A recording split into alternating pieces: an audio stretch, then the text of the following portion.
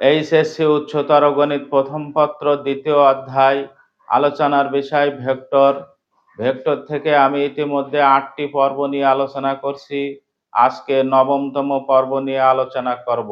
1 নম্বর অঙ্ক হলো দেখাও যে এ ভেক্টর সমান এত ও বি ভেক্টর সমান এত পরস্পর লম্ব।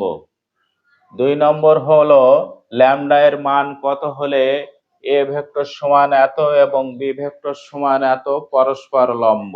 এখানে একটি নোট লিখছি, এ ভেক্টর ও বি ভেক্টর পরস্পর লম্ব হলে এ ডট বি সমান 0।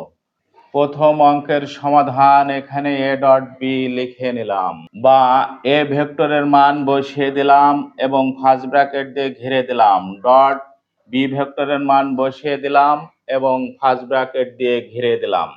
বা 4 গুণ 9 4 9 36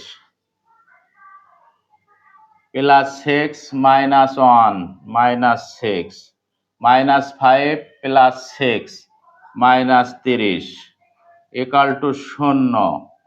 যেহেতু এ ডট বি সমান 0, অতএব ভেক্টর দ্বয় পরস্পর লম্ব দেখানো হলো। এবার দ্বিতীয় অঙ্কের সমাধান দেওয়া হলো। দ্বিতীয় অঙ্কের সমাধান সত্য মতে এ ডট বি সমান 0, বা এ ভেক্টরের মান বসিয়ে দিলাম এবং ফার্স্ট ব্র্যাকেট দিয়ে ঘিরে দিলাম। ডট বি ভেক্টরের মান বসিয়ে দিলাম এবং ফার্স্ট ব্র্যাকেট দিয়ে ঘিরে দিলাম।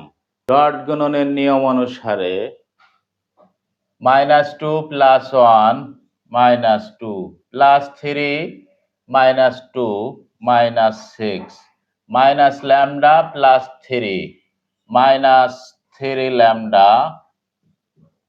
ইকুয়াল টু 0, বা -8 মাইনাস 3 ল্যামডা ইকুয়াল টু 0, বা -3 ল্যামডা ইকুয়াল টু 8। অতএব ল্যামডা ইকুয়াল টু -8/3। অ্যান্সার